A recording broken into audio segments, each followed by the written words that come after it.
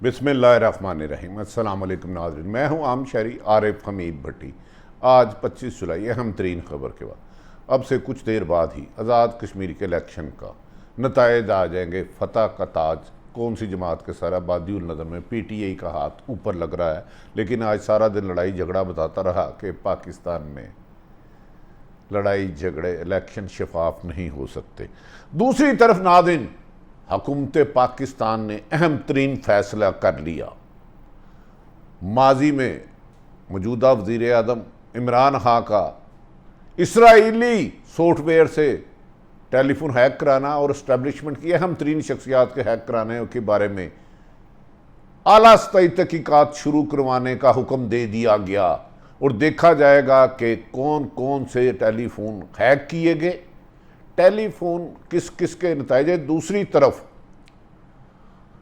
भारत ने अफ़गानिस्तान में अपनी शिकस्त कबूल कर ली और इंटरनेशनल मीडिया के मुताबिक उन्होंने अमेरिका को बताया कि हम अफ़गानिस्तान में अब नहीं रह सकते, ताहम दहशतगर्दी के लिए जो हमारे ट्रेनिंग सेंटर है वहाँ काम करते रहेंगे। जबकि तालिबान ने वाज़ेह तौर पर कह दिया है कि जब तक अशरफ गनी हुकूमत नहीं छोड़ेंगे अफ़गानिस्तान में अमन नहीं होगा। गैर मुल्की ज़राए अबलाग के मुताबिक 85 से 90% तालिबान कब्ज़ा कर चुके हैं। आने वाले दिन एक अहम तरीन पेशरफ्त होगी कि पाकिस्तान में गैर मुल्की ताकतें, इसराइल, भारत तो पाकिस्तान के टेलीफोन हैक करता था, साजिशें करता था, क्या इसमें पाकिस्तानी भी शामिल है। और इस सिलसिले में अफ़गान सफ़ीर की प्राइम मिनिस्टर में से जो मुलाकात हुई, ex prime minister Nawaz Sharif की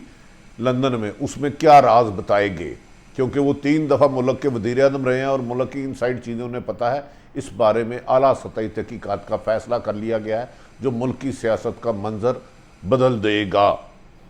नाज़रीन, आप जानते हैं कि चंद दिन पहले एक ख़बर आई कि इमरान खान का टेलीफोन हैक किया जा रहा है और उसके साथ इस्टेब्लिशमेंट की अहम तरीन शख्सियात के हैक किए जा रहे हैं। उस वक्त वज़ीर आज़म नवाज शरीफ थे। क्या टेलीफोन हैक करने के लिए पाकिस्तान की सरजमीन को भी इस्तेमाल करवाया गया? पाकिस्तान और किन किन शख्सियात के टेलीफोन हैक किए गए और कौन कौन सी इंफॉर्मेशन लीक हुई? याद रहें कि उसके बाद बहुत बहुत बड़ी दहशतगर्दी की वारदातें हुई, कहीं ये उसका नतीजा तो नहीं। दूसरी तरफ नाज़रीन, एक अहम तरीन बात हुई कि कौमी सलामती का इजलास की आर्मी चीफ और DGI ने पॉलिटिशियनों को ब्रीफिंग दी थी। कहा जा रहा है कि उसकी भी लीकेज हुई और उसकी की लीकेज पर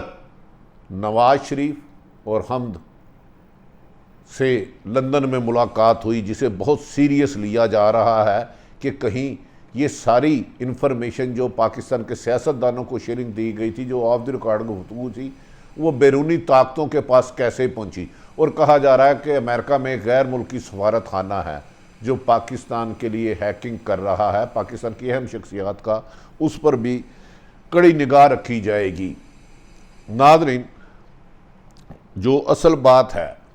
कि भारत में शिकस्त, अफ़गानिस्तान में शिकस्त के बाद भारत बुखला गया और इस मौके के बाद जब अमेरिका फ़ौज का इनखला हुआ तो भारत और अमेरिका का ख्याल था कि उन्होंने अशरफ गनी को जदीद असले से लेस कर दिया है और वो तालिबान को एक तवील अरसा रोके रखेंगे और तालिबान अफ़गानिस्तान पर किसी भी कीमत पर कब्ज़ा नहीं कर पाएंगे। लेकिन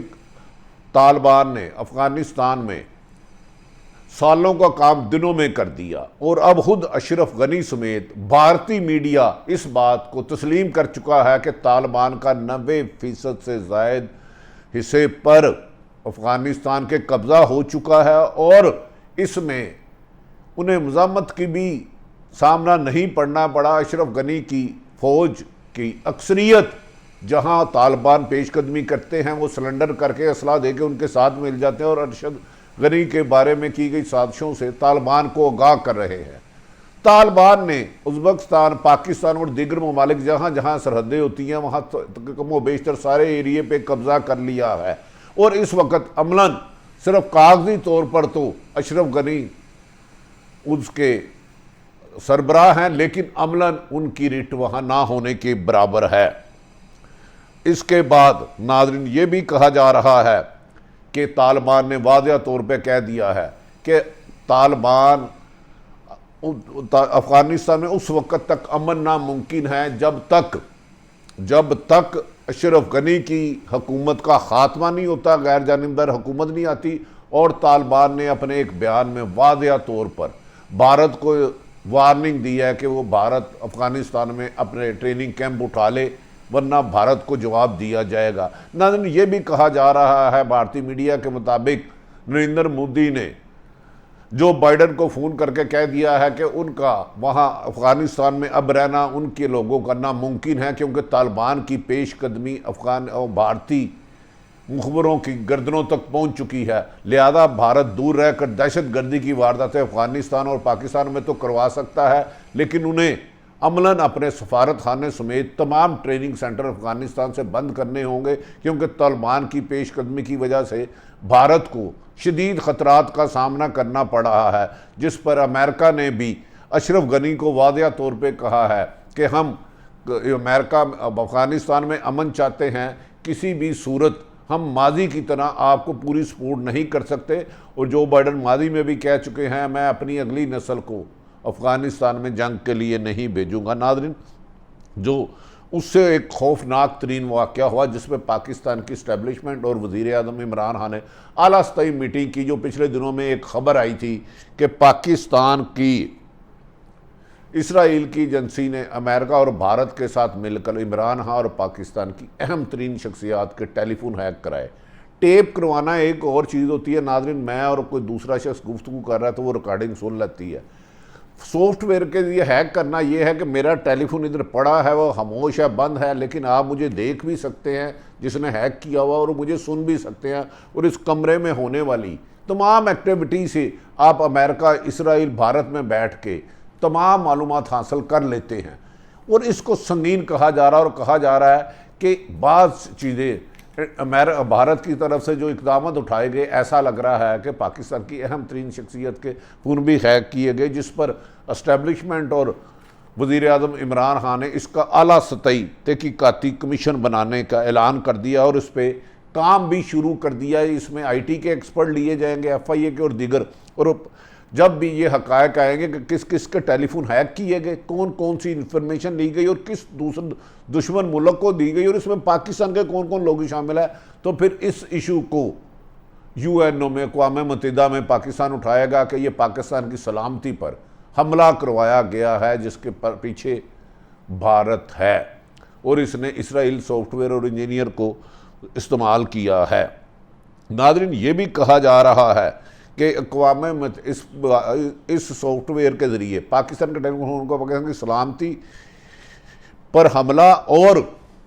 पाकिस्तान के लिए एक बड़ी बैनुल-अक़वामी साजिश करार दिया, और कहा गया इसके ताने बाने भारत बुनने जा रहे हैं। इस सिलसिले में पाकिस्तान की सलामती के सफ़ीर मोइद यूसुफ ने चंद दिन पहले कहा था, दासू में होने वाले धमाके में भारतीय इशारे मिले हैं। कल कुछ रोज़ कबल भारतीय सफ़ीर को मोइद यूसुफ साहब ने इंटरव्यू देते हुए सख्त ज़बान इस्तेमाल के किया था कि भारत के साथ उस वक़्त तक मुज़ाकरात नहीं हो सकते जब तक भारत पाकिस्तान में दहशत गर्दी के ख़त्म ना करे और मकबूजा कश्मीर को UNO की करारदाद के मुताबिक हल ना करे। इसी सिलसिले में कहा जा रहा है कि मोइद यूसुफ जल्द ही अमेरिका का दौरा करेंगे, और जो पाकिस्तान के टेलीफोन हैक करने की कोशिश की और जो उनके पास इंटेलिजेंस ज़राए से ISI ने उन्हें इन्फॉर्मेशन दी कि भारत अफ़गानिस्तान के ज़रिए पाकिस्तान में किस तरह दहशतगर्दी करा रहा है, उसकी इंटेलिजेंस शेयरिंग अमेरिका हुकाम को देंगे और अमेरिका से मुतालबा करेंगे कि वो मकबूजा कश्मीर के मसले को हल के लिए अपना किरदार अदा करे और भारत को रोके कि वो पाकिस्तान में दहशत करने से बाज रहे, वरना पाकिस्तान इसकी मुंह तोड़ जवाब देगा। नाज़रीन, ये भी कहा जा रहा है एक आला सतह इजलास पे फैसला किया पाकिस्तान को गैर मुस्तकम करने वाली, चाहे कोई गैर मुल्की सुपर से सुपर पावर हो या पाकिस्तान के कुछ नादान दोस्त दानिस्ता या गैर दानिस्ता उसका हिस्सा हो, ना सिर्फ अब उनको रोका जाएगा बल्कि मुंह तोड़ जवाब दिया जाएगा। किसी भी कीमत पर अब किसी से भी रियायत नहीं की जाएगी। अफ़गानिस्तान में तालिबान के साथ जो मामला तय हो रहे थे और अशरफ गनी के साथ गुफ्तगू नहीं हो रही थी, पाकिस्तान ने फैसला किया है कि वो अपनी सरजमीन को अफ़गानिस्तान के लिए इस्तेमाल नहीं करेगा। जो अफ़गान लोगों की, शहरियों की मर्ज़ी से हुकूमत बनेगी, हर मुमकिन ताउन करेंगे। दूसरी तरफ नाज़रीन, ये भी कहा जा रहा है भारत में ये तफ्तीश की लहर दौड़ रही है, ये तकलीफ की लहर दौड़ रही है कि बहुत जल्द अगर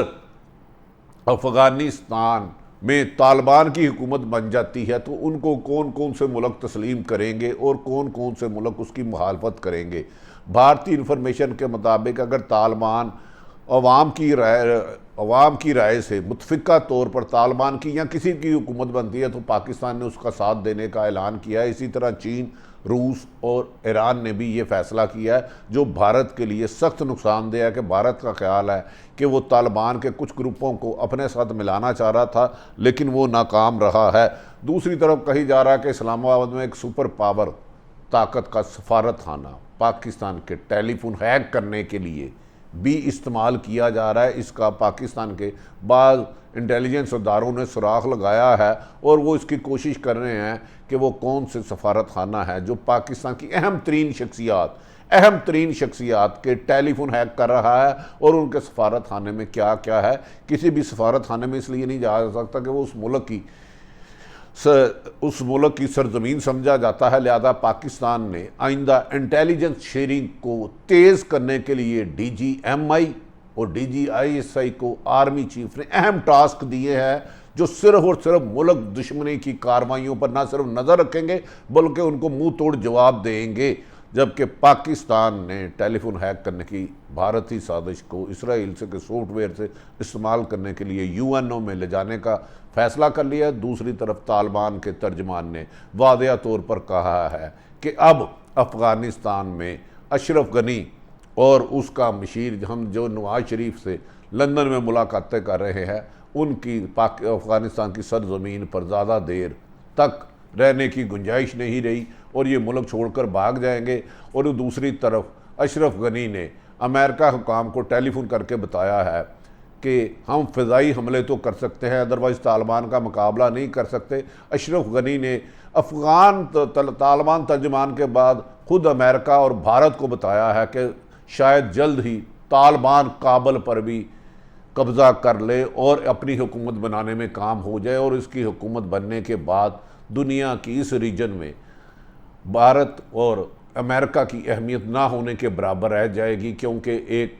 दुनिया का इस रीजन में अमन तबाह करने के लिए भारत और अमेरिका ने अरसा दराज से अफ़गानिस्तान की सरजमीन को दूसरे मुल्कों के ख़िलाफ़ इस्तेमाल किया। नाज़रीन, आरिफ हमीद भट्टी ने तमाम सूरत हाल आप तक रखी। आज आज़ाद कश्मीर के होने वाले इलेक्शन में बदाबादिउल नदर में वज़ीर-ए-आज़म इमरान खान की टीम कामयाब हो सकती है, ताहम अपोजिशन जमातें मरीम नवाज़ और बिलावल ने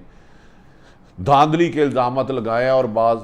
जगह पे लड़ाई झगड़े की इतलात भी मिली हैं। नाज़रीन, आरिफ हमीद भट्टी का YouTube चैनल पसंद आए तो सब्सक्राइब करें। पाकिस्तान जिंदाबाद।